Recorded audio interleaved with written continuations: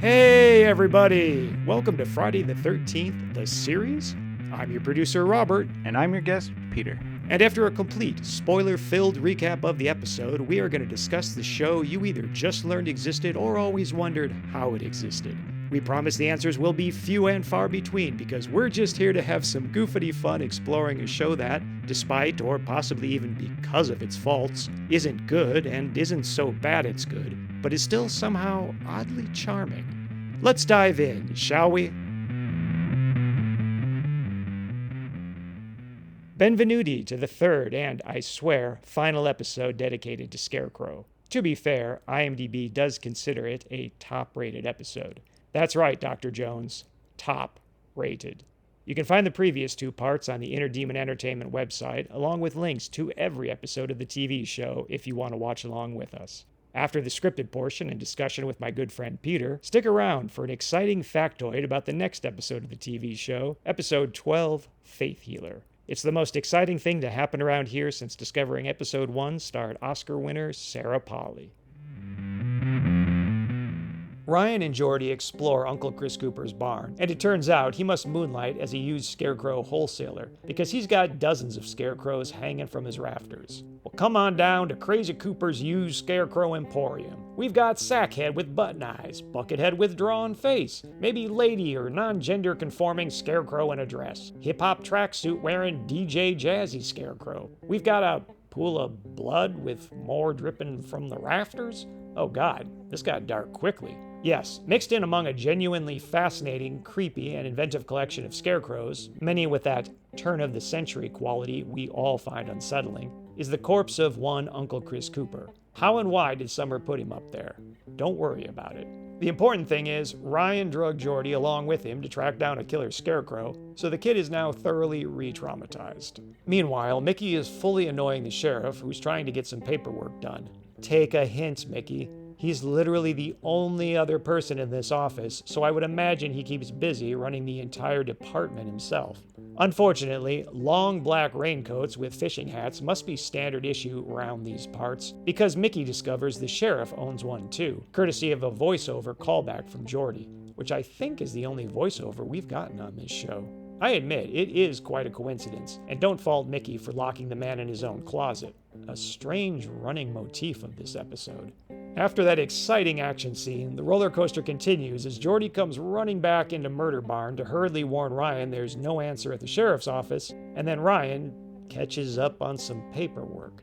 I'm about to nitpick, I know, but he doesn't even turn the page with excitement. The moment feels like a kid running in, expecting to hop on his first bicycle, only to discover Dad still puzzling over the assembly instructions. Geordi is an absolute trooper, returning to the barn despite the dead body looming overhead, still speaking despite all the trauma, and even showing some interest in a farm contract that Ryan obtained somewhere, and is reading via flashlight in a crime scene because. Why, for all that is holy, was this not filmed in the house? But all the baffling decisions do pay off in spades, as Ryan learns Uncle Chris Cooper sold the farm to Summer 3 years ago. Therefore, the owner of a small-town B&B must be using a haunted scarecrow he purchased to murder people.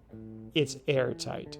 Ryan won't even share the revelation and yells at Geordi to come on, despite Mickey having sequestered herself with the local lawman. Yeah, now you might be abusing the bond you two seem to have formed. While they race to the sheriff's office, Mickey strolls right into Summer's trap and soon finds herself locked in her room with the scarecrow, who has been lying in her bed all along. Its reveal is an absurdist magnum opus. It sits bolt upright, scythe at the ready, with the bedding flying off it as if suddenly repulsed by magnets. And it all happens fast, lest we have time to consider how ridiculous it was she didn't spot it sooner, or that the covers would just hang limply over it, given that its hands are occupied. Somehow, Mickey survives close quarters combat with this thing, which is less a testament to her fighting prowess as its need for a less cumbersome weapon. The highlight is Mickey slipping behind a wardrobe built of tissue paper based on how the scythe doesn't break it, but tears it. Using off-screen audio to tell a story is not only economical, but can be even more effective than showing the audience everything. But I don't think I've ever encountered a scene that uses audio to tell two off-screen stories at the same time.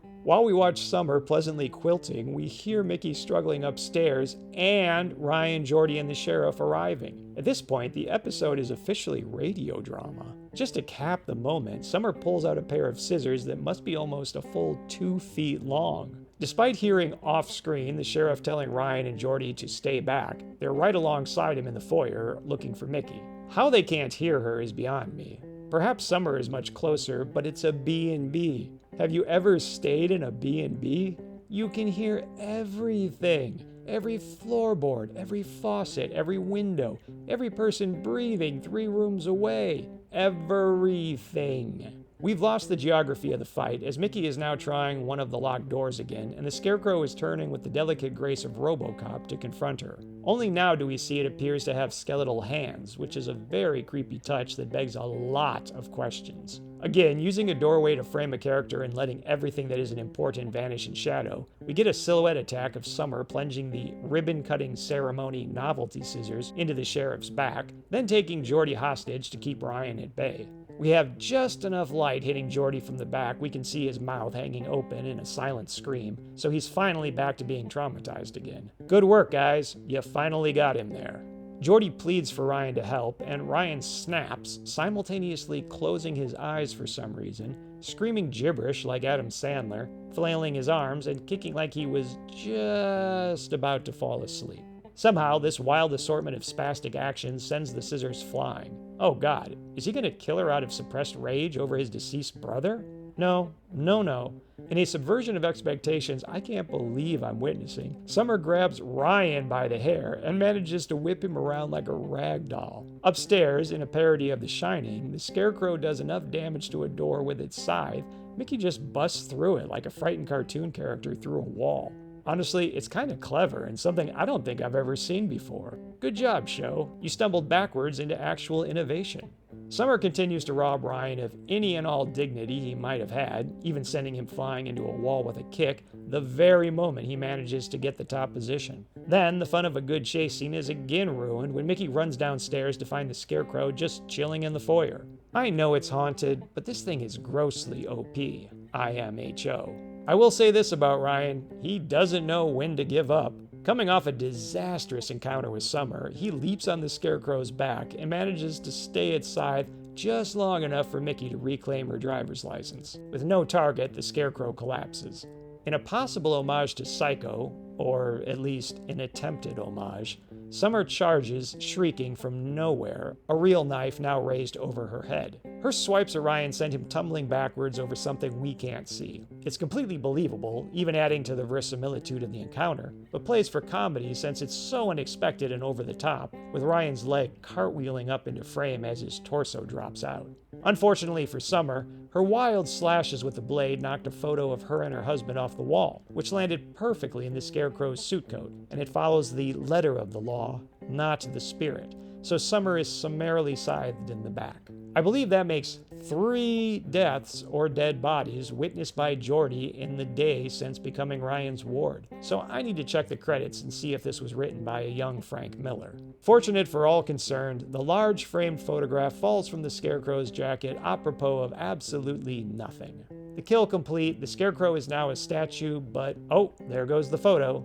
Instead of collapsing or crumpling, the Scarecrow, still gripping its scythe in both hands, lies down slowly on its side with all the pathos of the dying gull, and all the irony of death itself giving up the ghost. Just one of the hundreds of unexpected tonal moments one gets with this show.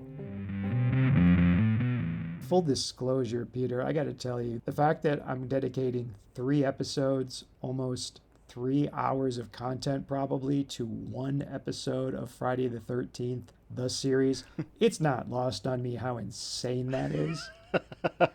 Well, but how else are you going to understand this entire episode without going through every little detail of it? I mean, for the folks at home, I'll just try to explain yet again. Until you watch the show, you don't understand how much unpacking you have to do, how much headcanon is required. The number of times that we've been able to finally connect the dots mid-conversation, the only way you can do that is by going through every scene detail by detail. On that note, do you want to take us away, Peter? The beginning of this scene is Jordy leading the way as they head into the barn looking for the Scarecrow.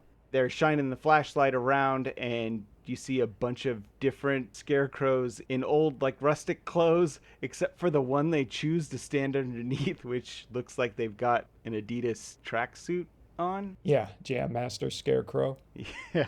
The fact that they choose to stand under that one of all, like, it seemed like we need one more scarecrow for this barn, and we don't have enough clothes. What can we throw on this thing? What do you think the point of all those scarecrows was, Peter? The practical use of keeping multiple scarecrows in that barn at the farm, or... Yeah, why does he have so many scarecrows?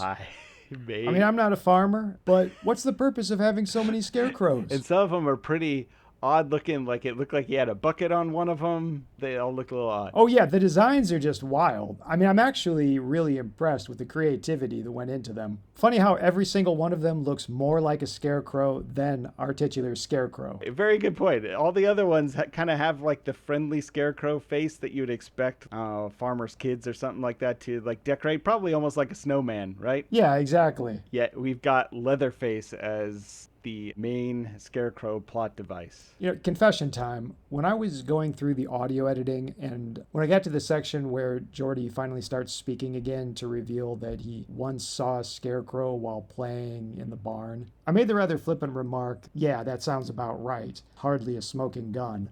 I realized how unfair that was that I included that. From a story writing point of view, that is a perfectly legitimate line. That's the thing that gets Mickey and Ryan to run out like, oh, that's where the scarecrow is. But it's the little details. And it's the fact that he doesn't say that he saw the scarecrow.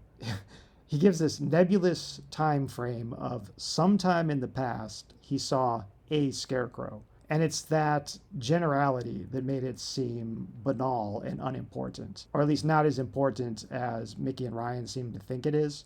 Yes, you know he has the scarecrow. Right. Maybe he saw it before the fire that supposedly destroyed the scarecrow that he's claiming, right? Like, who cares that he saw a scarecrow? Let's ignore the fact that Charlie has dozens upon dozens of scarecrows. Right. We know he had it. And Jordy describes it as being in the barn, which, yeah, that's really the first place Mickey and Ryan should have searched, or if they couldn't that day because they got discovered by Marge too quickly, they should think to go back there and search that anyway. I mean, there's really nothing to stop them from going back any time under cover of night and searching the barn. Probably the most likely place it's going to be if you think he still in fact has it. So, although my jab at the show wasn't in keeping with the letter of the show, it was in keeping with the spirit of it. Going back to that comment then, I have a problem with the fact that Jordy doesn't indicate that he sees like a clown car barn full of freaking scarecrows. Well, exactly. And that crashes into the other aspect of the show where it's simultaneously too simple but also too complicated. In the show, It's Always Sunny in Philadelphia, the makers of it talk about how long johns are perfect for comedy because they manage to be both too tight and too baggy at the same time. And I think that's like the perfect analogy for this show. It's both too simple and too complicated at the same time.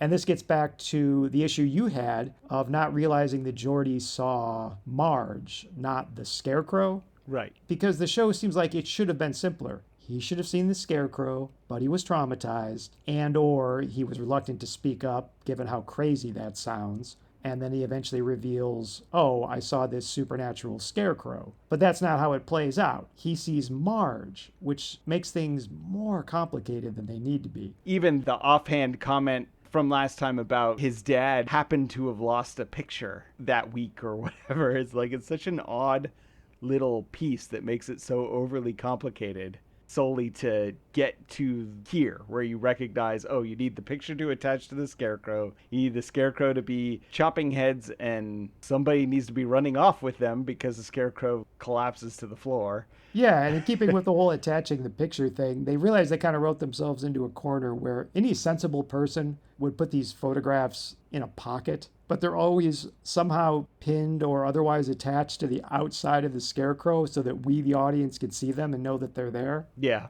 so we know who that Scarecrow's really after. Instead of an insert shot of Marge's hand slipping a photograph into a pocket, it's literally pinned to the outside, right down to Mickey's driver's license. Somehow, Marge forced a safety pin twice through a driver's license so she could pin it to the outside of the Scarecrow and we could see it. Crazy. Yep.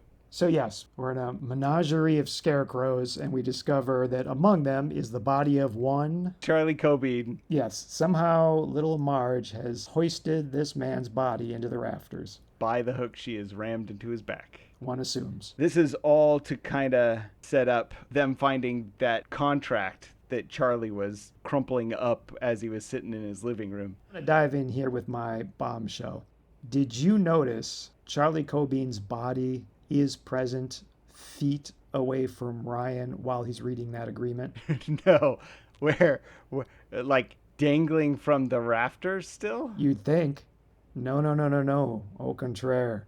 I think I've seen that scene 10 times, and it was only in the hour before preparing for this record where I was going through some notes and watching the episode again. I thought to myself, you know what, I'm going to write a note about how all they needed to establish that Ryan got the contract from his body would have been to have placed a ladder in that scene. All you needed was a ladder, and everything could have played out exactly the same. You just Right. have Ryan leaning against the ladder as he goes through the contract. There was a ladder on that set. You go to the grip truck, you get a ladder, you unfold it, you have Ryan lean against it, he flips through the contract. You don't have to show him going up there or anything. That would constitute a stunt, and I know they don't have the budget to give John D. LeMay a stunt bump for the day. That's all you have to do to establish that. And then I got to thinking, hey, you've already got the actor. Why not have Charlie Cobean's body on the ground, maybe somewhere in the background or something? For some reason, that just set off a tuning fork in my brain. And I'm like, wait a minute. Don't write that down. Don't say that. Don't record that. Go back to the episode for an 11th time and double check that scene. And I started scanning the darkness, and I saw something in the corner where I'm like, am I actually seeing what I think I'm seeing, or have I now convinced myself that there's something there and I'm just turning shadows into the vague shape of a corpse? Because Ryan himself standing there cast a shadow across Charlie's face, which is pretty much the brightest thing that's reflecting some light and would give you a sense of what's happening. But the corpse is laid out lengthwise, moving away from the camera. So it's almost impossible to discern what it is. But between that little bit of face and a little bit of red, I started thinking, well, wait, was he wearing like a red flannel shirt? And then I went back to the scene and like, no, he's wearing a dark coat, but there's red lapels for some reason. And at one point when Ryan, I think, finally runs off, you can make out a little bit more of probably the flesh of a hand outstretched. And now I'm convinced that that is the corpse. I can't even be sure, Peter. That's the insane thing. I can't even be sure. But if I had to put money on it, I would say, yes, the corpse is there. And it's so close to Ryan, the outstretched arm is almost touching his leg. It's absolutely insane. But he's there in the lower right, almost entirely lost the shadow. And if I just saw that, it would have answered everything, and I wouldn't have been lost. I wouldn't have needed you to explain to me why that other scene existed about Charlie finding the contract and stuffing it in his coat in a scene that was otherwise complete filler. Although I still contest, there's a million other ways this could have played out that would have made more sense. But at least seeing the body there, I'm like, okay, so Ryan did actually go up off screen, get the corpse, bring it down. I still conjecture that a ladder wasn't a bridge too far and would have been a completely sensible addition to this scene, but never mind that. They thought to have the body there. They could have left it standing up from when Marge hung him up there, right? Like it could have been the first thing you see as they walk into the barn. Oh, he didn't have to be hung up there at all. No, he could have been on the ground. They could have been looking up at all these different scarecrows trying to figure out which one was the right one, and then they could have had Ryan trip over the body. Right. What a sensible solution. Have him shine the light on the chest and see all that documentation sticking out of a pocket, and then cut away and cut back, and Ryan's reading the document. But I think the idea was it was supposed to gradually move from the flashlight going over each of the different scarecrow faces to Charlie. My assumption is they were hoping for a continuous shot there of them going through all of the different scarecrows and landing on Charlie. And I question whether they just weren't able to pull that off, that they needed to then cut and then cut back to there's Charlie hanging. Or you think the director was fresh out of film school and had some super ambitious thing in mind before some producer with a big fat cigar was like, nah, kid, you got yourself 40 minutes, get it done. That looks like crap. Let's cut to the blood on the ground and cut right back up to Charlie. Well, I would have gone with the dark humor of having Ryan leaning on the ladder, but you know how a lot of ladders have a little shelf for a paint bucket? You just have that exact same blood drip that's pooling on the ground, but now it's just going plip, plip, plip on that little ladder paint bucket ledge. Yeah. All right, I'll give you the benefit of the doubt, man. You think more highly of the show than I do, apparently. I appreciate this episode. I definitely like how it's all interconnected. Well, you struck gold in terms of picking an episode to be on because according to IMDb, this is a top-rated episode. I don't think I need to tell you. I've seen some of the first 2 episodes, and I agree. I actually enjoyed this one a lot. Just the fact that you were able to find the body in the shot implies to me that there's a bit more. They were trying to keep things cohesive. They just weren't saying it very well. Yeah, I mean, there's no sense in doing it now, but when this is over, I insist you go to that episode. I'll give you time code if you want, and you can stare into the darkness on your monitor and see if I'm right or wrong. Yep, I'll have to watch it again. Folks at home, I encourage you to do the same. It's in the lower right. I'm framing it in such a way that the anchoring effect takes place, and now people are predisposed to seeing something there. So I'll start my own conspiracy theory. The lower right body. Now that you've brought it up, everybody will see it. I've willed it into existence through sheer thought. We cut from that. Oh, you know, I'm sorry. Before we move on, though, yes, I'm so sorry. But before we do that, I'm also just going to say that I will give your theory some extra credence because they do get some good directors sometimes. For example, it turns out, Peter, the very next episode is the one directed by David Cronenberg. I swear to God. And I knew he directed an episode, but what I did not know, well, one, that it was the next episode, but two, he had already made several films, some of his most famous films before this. I assumed this was something he did several years before he was doing things like Scanners and Videodrome, but no. I'll double check IMDb, but I believe he'd already done those. It's insane. And the people who are paying for this show went, let's bring him in to a normal TV show played on normal television and have him do his weird... Yeah, the show isn't unsettling enough. Let's add some body horror a la Cronenberg. At that point, they're just doing it for the name. He wouldn't have even needed to be on set. Yeah, well, this is where my insistence on not doing too much research where it's going to tip me off to what might be happening next really comes back to bite me because I want to know what in the world caused him to slum it and do an episode of this show if he'd already made some of his most famous movies. Tune in next time. Thank you. Thank you for that assist. All right, sir, you were saying what happens next? Mickey in the sheriff's office. It's a weird conversation because it's almost like she's hitting on the sheriff. She's asking him questions and then calling out that he doesn't talk a lot. His response is, oh, well, only if we have something to say. And then she starts going into, well, it makes it really easy to keep secrets. Yeah, it's another case of the show wanting to set something up, but just doing it in a ham-fisted way. They want to foreshadow the idea that the sheriff has a secret, so they do it in this way that basically results in Mickey flirting with him in an effort to be friendly. That's a good call. So I didn't even piece that together till you said that just now. Like, it seemed like, to me, I would have just interpreted this as they needed to have a conversation. They couldn't come up with a topic for the two actors.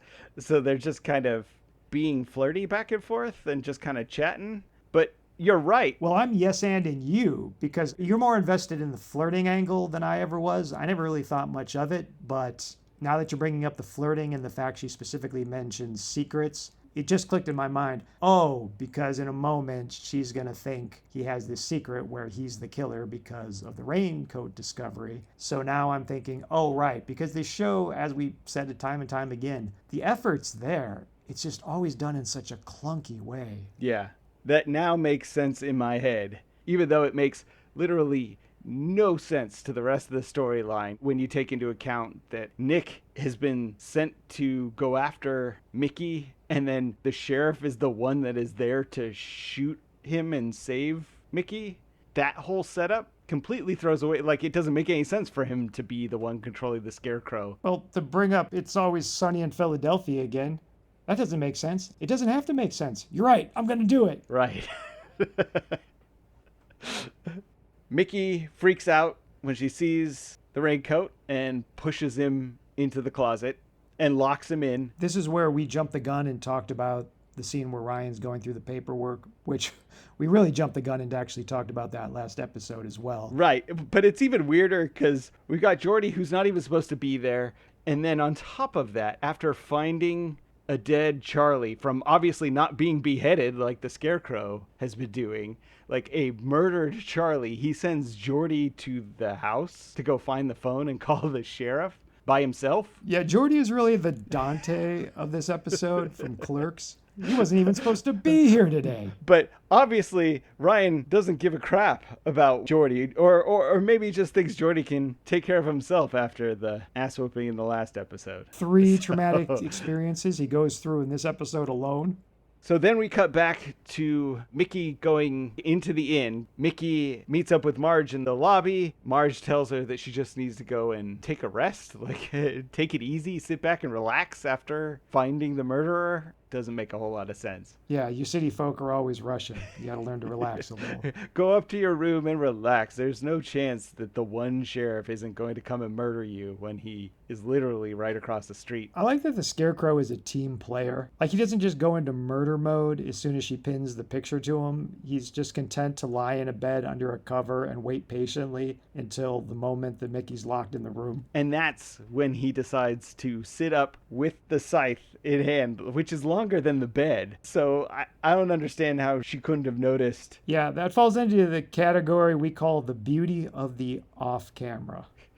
Honestly, we could do a whole segment if we had a 4th episode, which is the age-old debate that you get with like Jason Voorhees. What level of intelligence are we working with? Like, are we going over-under on smarter than a golden retriever? Was Marge just like, okay, now stay, good boy, stay, okay, attack. There has to be some sentience from the later scene where when they rip the picture off of him, he stares down at his shoulder before collapsing. Suddenly he becomes Roy Batty. Time to die.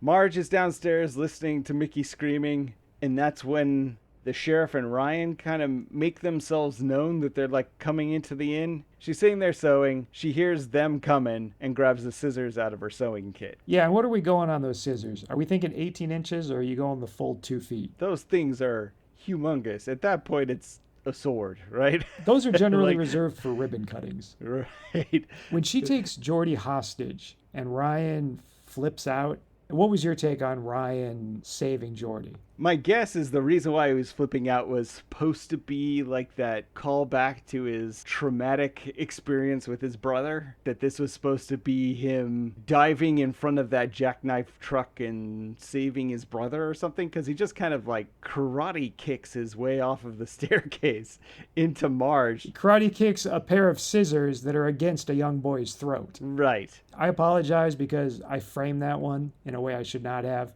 I said that he flips out, and I guess what I really meant to say was, are you going heroic or not? Oh, I think it was supposed to be heroic. Because I took it as a man having some kind of mental break, or I don't know, just a strange nerve spasm. It definitely looks that way, but I think it's meant to be him finally getting resolution with not pushing his brother out of the way of a jackknife truck or something like that. It's like, no, I can't have another kid die in front of me. Yeah, I mean, I see no evidence of it, and yet for some reason I want to agree with you. I could be convincing, I guess. Well, the show.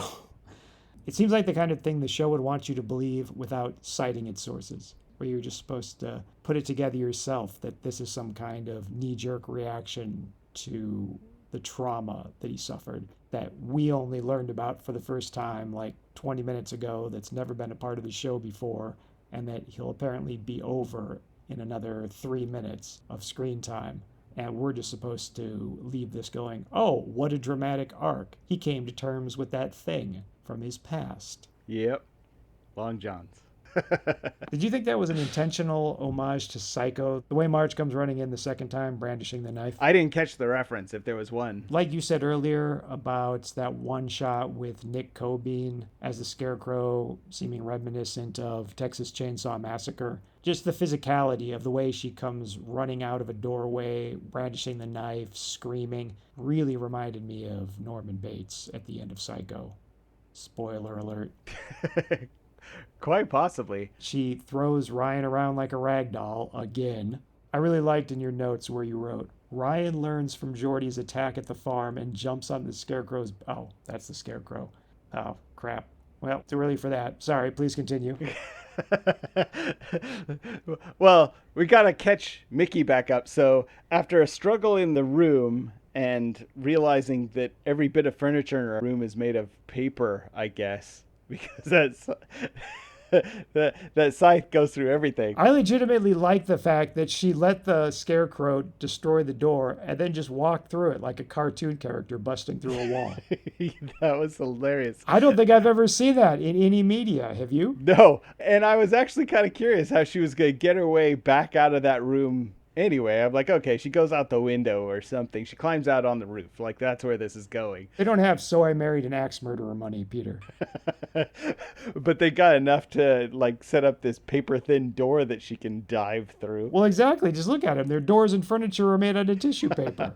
Feels like something out of a Mel Brooks movie. The cabinet in the room too, like, because he stabs through the wardrobe and then stabs through the door, and everything's made of freaking paper. Well, it was the 80s. Everything had a strong Japanese influence, so they're rice paper walls and furniture. That's what gets Mickey to come down and run into the teleporting Scarecrow. You say that so casually. I love it.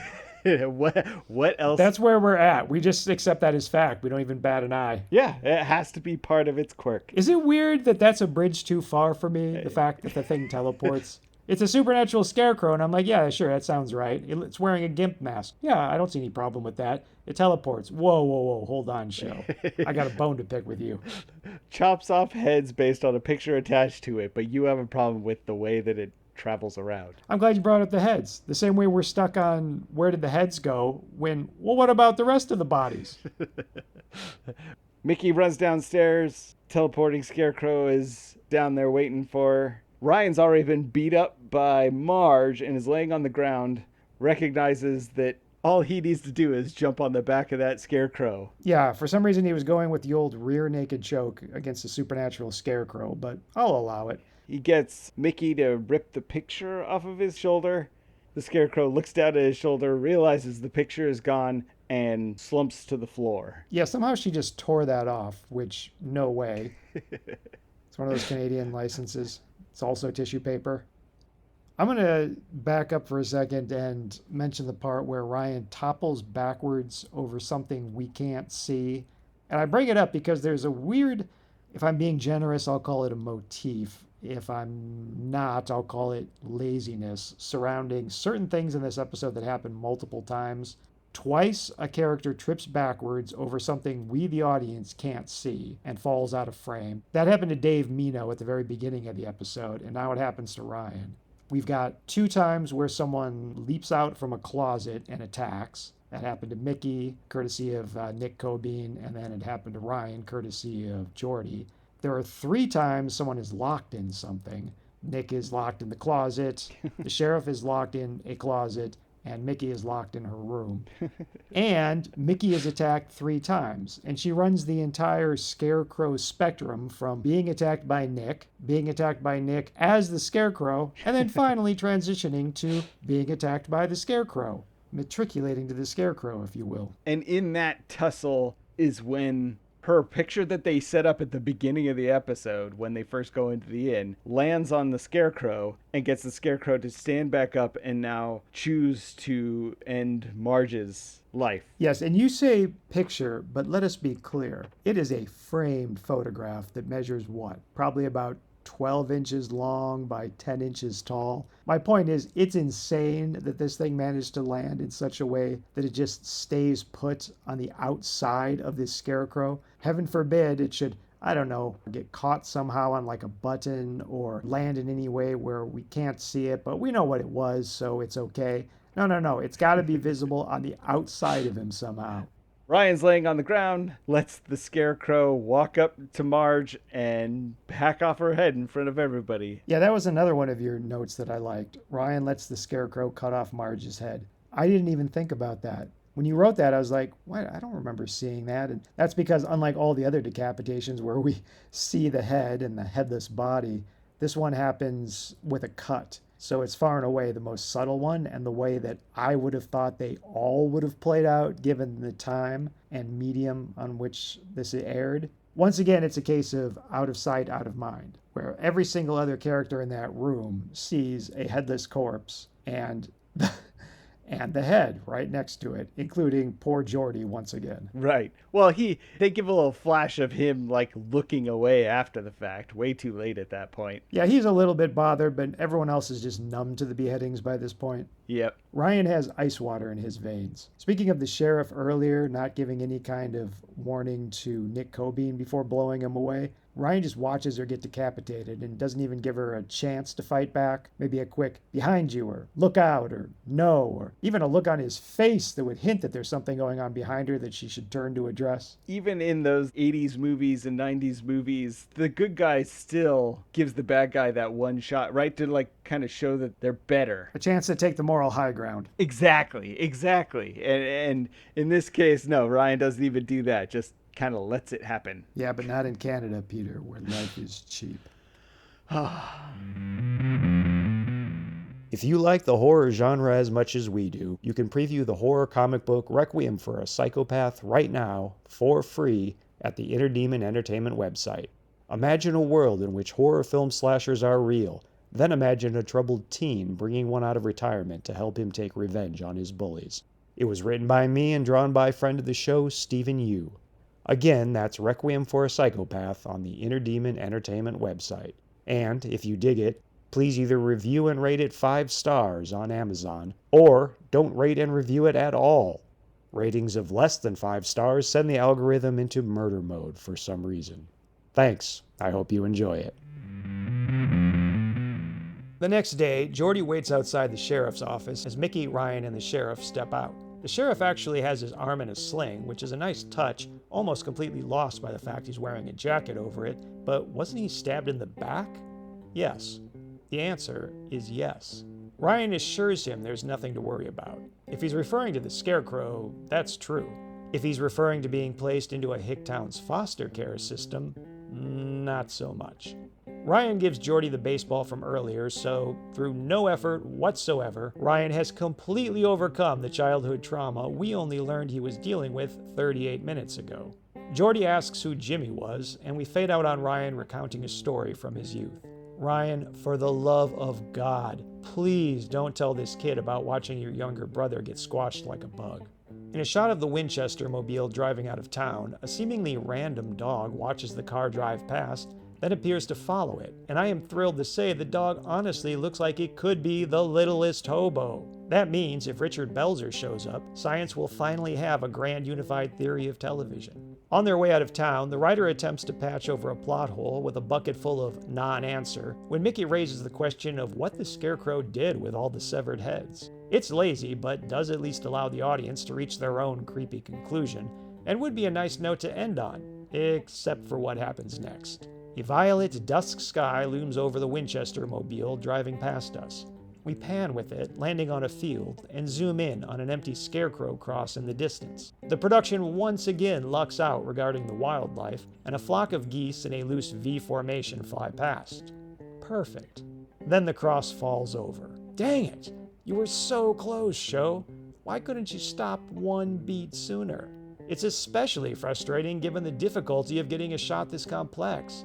With the sun dipping below the horizon, I'm sure they only got one shot at it. Could have saved themselves some stress by not making a team of production assistants tug a hidden rope on cue to make the cross topple over.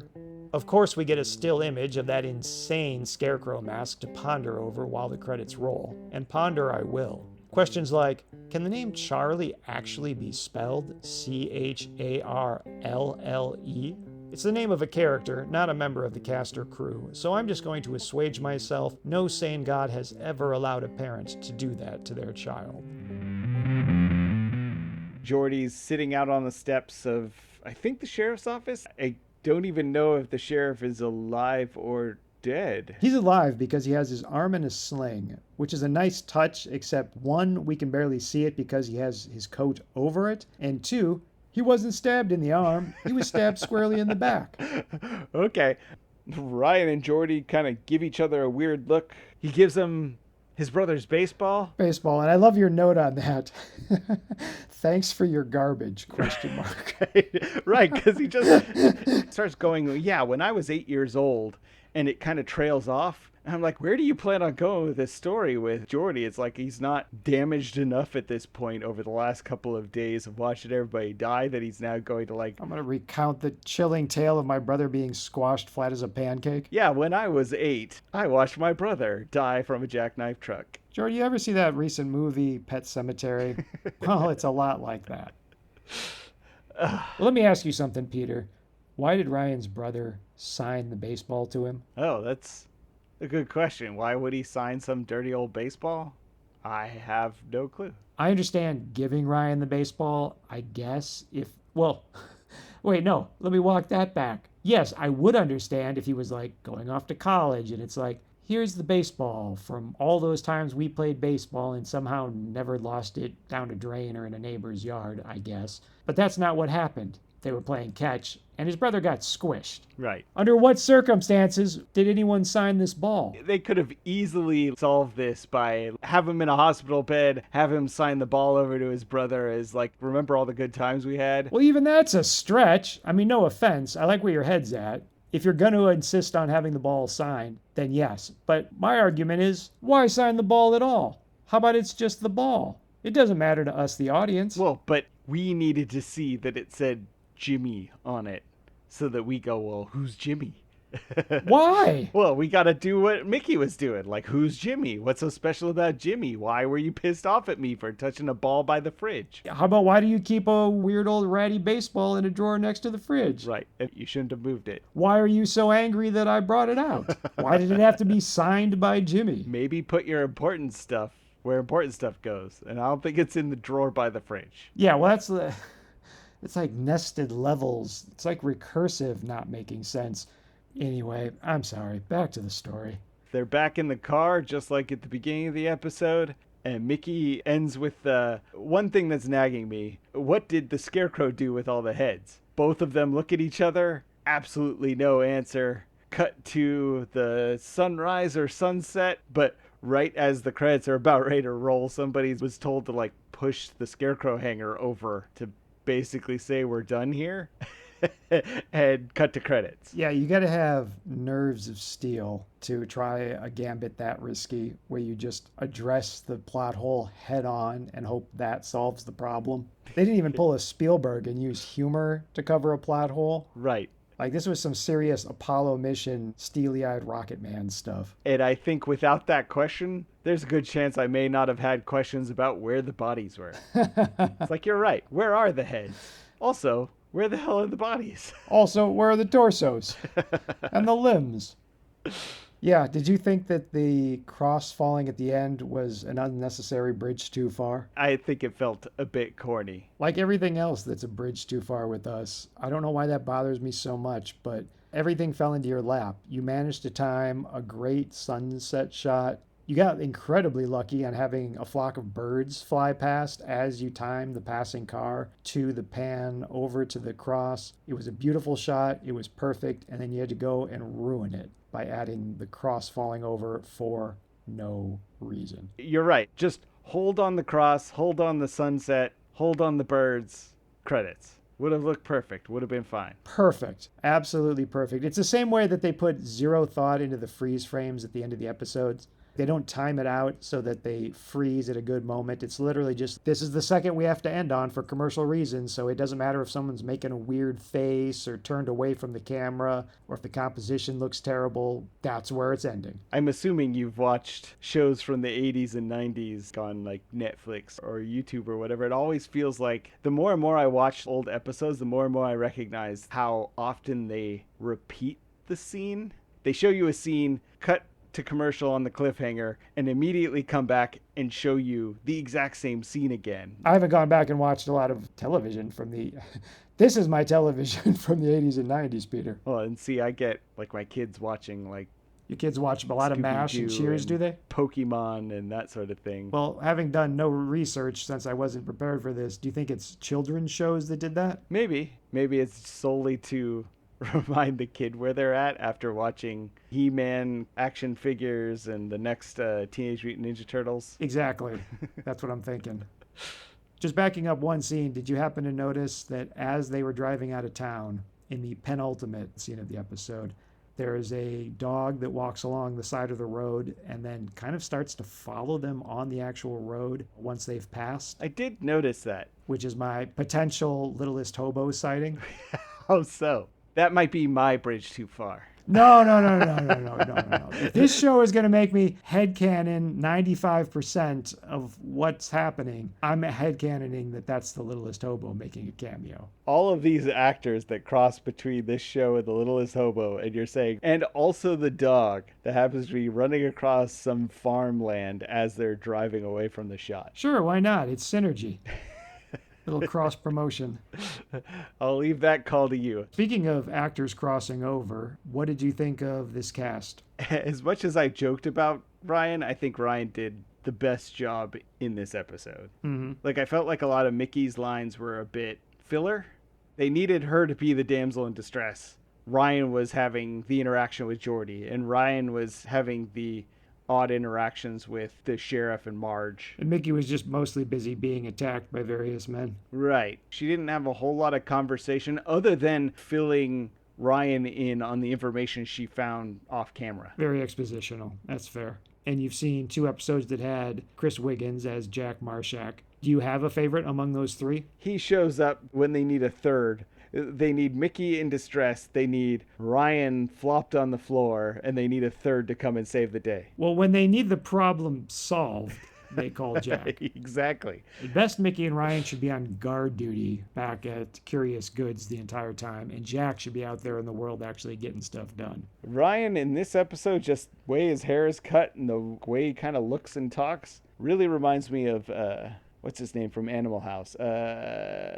Tim Matheson. Is that Otter? No, it's the... Oh, Flounder? I don't know what he played. Oh, but you know the actor by name? Yeah, it's one of the leads. Well, fair, but I didn't even know you'd ever seen Animal House, much less know one of the actors by name other than, say, Belushi. Oh, I know him by name just because I've seen him in a bunch of stuff. Like he was in Van Wilder. Well, yeah, I thought that was like one of the first things he'd done since Animal House. What you just described, I thought was, I'm being flippant here, but his entire resume. I'm pretty sure I've seen him in a few things. Maybe I've just seen some obscure stuff. I'm sure he gets around. No disrespect to the man. He's not in any horror films, though, right? Oh, no.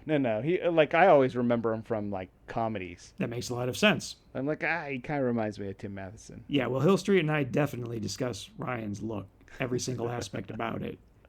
Okay, I feel like I've created a little bit of a Office Space situation here where I'm one of the Bobs asking you which character is your favorite.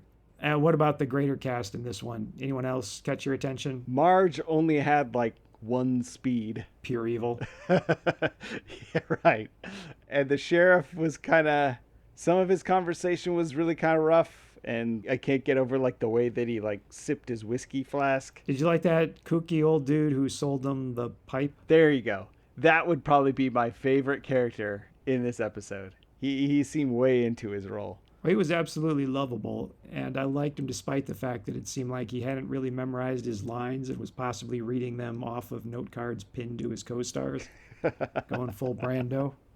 But somehow that only made him seem more endearing. Right. He was jovial. He was entertaining to watch for the couple of seconds he was on screen. Almost a Winnie the Pooh earnestness to him. Geordi was hit and miss. As far as child actors go, he was fine, I think. Yeah. The show actually does surprisingly well with its child actors, I have to say. And some of them have actually gone on to have some pretty interesting careers. And he did fine at the beginning with his scene with his dad. He definitely was the more grounded one in the happy-go-lucky scene at the very beginning before his dad gets beheaded. Yeah, his performance was tonally more consistent with what this show was. Right. For the most part, he was quiet through all of it until he finally speaks up and they start Scooby-Dooing the barn. Anything else you wanted to say about the cast or episode or show? It felt like 80s cheese, exactly what you would expect from an 80s TV show. But the more and more you watch it, the more and more you see all the little details that they're trying to piece together as quickly as they can in the amount of time that they have in between commercial cuts. Jamming in as cogent a show as they can possibly make between segments for Ovaltine and VCRs. I appreciate it. I liked it. Oh, yeah, I forgot. I would need to ask you, because you've made some sense of things that I missed. What was Charlie Cobean getting out of his relationship with Marge? He owns a farm. He obtained the Scarecrow. I don't know who actually figured out how the Scarecrow works, but he had the Scarecrow. He had a farm that wasn't doing well, but instead of, using the Scarecrow, he sold it to Marge, who then uses the Scarecrow and seems to retain full ownership over it. Even though I guess at least at one point it was kept on the Cobean farm. Right. It seems like it would have made far more sense if he was a struggling farmer. Somehow she obtained the Scarecrow and then made a deal with him. Let's split your profit 50-50. I'll do the killing with the Scarecrow. You have a farm. Let's go halvesies on this because I am a B&B owner. Is he being paid to work the farm even though he's sold the property? Is he just being allowed to live there and she's reaping all the reward? Any thoughts? It has to be the fact that, she's picking up all the property and he's working it for the money that the crops produce. You think it was a one-time payment where she owns the farm and could turn around and sell it, and I guess in the meantime it can be used as collateral and such, whereas he's continuing to reap the benefits of working the farm and then selling the crops himself and getting the yearly benefit? Yeah, but even as we're talking this out, you're right. It doesn't make a whole lot of sense because in the end, Charlie's the one who had the Scarecrow. Exactly. You see what I mean about it being too complicated and too simple at the same time? Right. That you have to headcanon that he accidentally sold Marge the Scarecrow. You either needed a situation where because the farms are struggling, maybe they rent rooms and let people stay on the property, and Mickey and Ryan could have stayed right there and done their investigating. Or you needed her to have the Scarecrow and then be involved in some kind of deal with him where they had the situation where they wanted to put Mickey and Ryan in danger. That makes sense. Having the person who's running their B&B be the person who can kill them and be a threat makes a lot of sense. But then you had this issue of the item that the episode is about is a Scarecrow and has to do with farms. And that doesn't really fit with being a B&B owner, so you need this whole second party to actually be the one who obtained the Scarecrow. But that results in some complicated off-screen backstory you kind of have to make up yourself. As you're talking that out, I think I got this. Charlie and Tootie don't have the stomach to be murdering people every year for good crops. They leave that to Marge. They're just evil enough to look the other way, but they won't actually be the ones to sick the Scarecrow on their victims. Correct. Since we never do learn how they figured out how the Scarecrow works, is it possible that maybe they're actually just benefiting from the via negativa? They assume killing 3 people is producing better crops and therefore they're turning a profit, but I think they mentioned that they're only sicking this thing on other farmers. So maybe they're just killing the competition. They're weak and exploding tomatoes that you see in that little bucket, that those crops are selling so much better, therefore they think that their crops are better. I mean, they don't really talk about how amazing the crops are. And you pointed out yourself, or maybe it was in your notes, it doesn't look like they grow anything. Right. Apparently we're here in the off season when the fields are sitting fallow.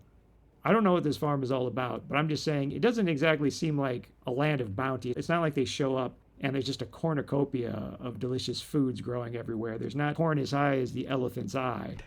Their dinner table is not laden with delicious, fresh produce. I'm just saying, even the show doesn't really give us that much evidence, even in offhand comments, that their crops are amazing, just that they are coming in. So yeah, maybe they're just killing off the competition, and whatever's left, well, that's going to make you a pretty penny now because there's simply no other game in town. You're expecting to see a cornucopia of different fruits and veggies all over the place? Honestly, yes. That's what should happen. I understand they don't have the budget to have an entire farm full of crops and to, make it look like Oz or something or Poison Ivy's headquarters. But in terms of what they could do, yeah, have a table brimming with produce and it would hint at a farm that's doing well for itself. It's like what Red Letter Media pointed out regarding the Star Wars prequels, meaning episodes 1, 2, and 3, where they're talking about how everyone on Coruscant is suffering and everything is in decline, but anytime we see a shot out the window, it just looks like business as usual. Right. Where are people standing in bread lines? Where are the people looking dingy and disheveled? Where's the decrease in traffic among all the floating cars outside? Well, he could have literally leveraged, like, craft services or something like that. And scattered across the kitchen. Exactly. No, I've been on shoots like this. This is nothing but bowls full of mini Three Musketeers, crackle bars, and Hershey's, and a tub of red vines. The same stuff you see when you're, like, donating blood. Yes, the tin of Hydrox cookies. Couldn't afford Oreos. Just have craft services. Put a sign on the table. You may not eat until we finish the kitchen scene. Well, we did it. This horse is both dead and thoroughly beaten. As the show continues to feature new guests, we'll inevitably continue to experiment with the format. Reach out on our socials to let us know what you cotton to. The next episode, and possibly 2, will feature my good friend Jeremiah. And no, that is not the announcement I mentioned earlier. The next episode of Friday the 13th, the series, was directed by the David Cronenberg. And yet it is not a top-rated episode. Let that sink in. Needless to say, Jeremiah and I should have plenty to discuss. We'll see you soon. Thanks for listening, everyone. We know you have a lot of choices when choosing a Friday the 13th the Series podcast, and we sincerely thank you for choosing ours. You simply can't have a Scarecrow and Jason, so he was never going to show up this time. Special thanks to Joshua Romeo for original music, and to Stephen Yu for original art. And be sure to check out the Joe on Joe podcast, the only podcast where Joe Slepsky discusses G.I. Joe. If you want to support our show, you can leave a review and rate us 5 stars on Apple Podcasts. If you want an occasional update on our projects, you can sign up for our newsletter at the Inner Demon Entertainment website. And if you want to know exactly how behind schedule our latest episode will be, you can find social media links on our website. Remember the terrible old age makeup from A Cup of Time? Now, what if a director was obsessed with body horror? Find out next episode. Take care until then, and always remember what Carl said to Frylock. It don't matter. None of this matters. Good night, everybody.